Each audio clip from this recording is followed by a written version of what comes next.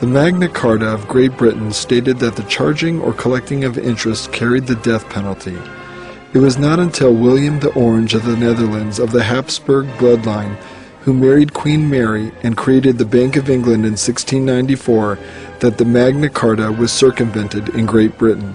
Central banks owned by the Habsburgs had already been spawned in other countries, like the Bank of Amsterdam in 1609 in the Netherlands, the Bank of Hamburg in 1619 in Germany, and the Bank of Sweden, formed in 1661. These Habsburg banks were enriched by the fiat principle of lending money which existed on paper, only minimally backed by gold.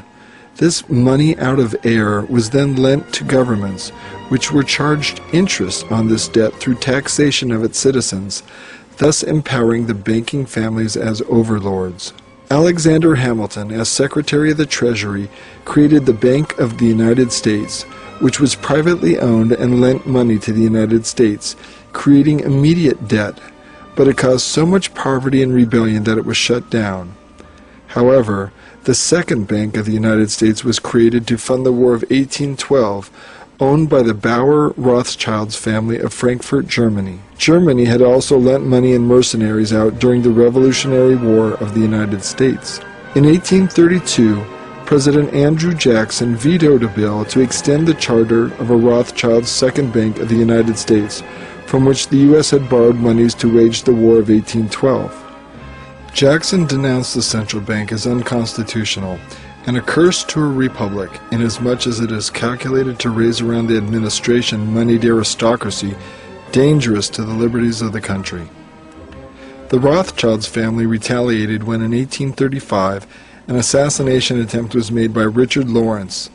The attempt failed, and Jackson successfully pulled the United States funds out of the Second Bank. Jacob Rothschild's puppets in the Senate censured Jackson, but the censure was annulled in 1837, and by the time Andrew Jackson had left office, he had completely eliminated the entire national debt. A stepping stone to European banking control of the U.S. came with the National Banking Act of 1863 during the Lincoln administration, but it was oil profits that catapulted their cartel into the stratosphere of power. When the Spindletop oil field discovery was stolen from Higgins by Lucas and Andrew Mellon's bank, Gulf Oil was born, further enriching the banking and oil cartel. The Warburg family, represented by Felix and Paul Warburg, consolidated large-scale banking operations in New York City in 1901, where they purchased partnerships in the investment firm of Kuhn, Loeb & Company. Rockefeller crony Jacob Schiff was a senior partner.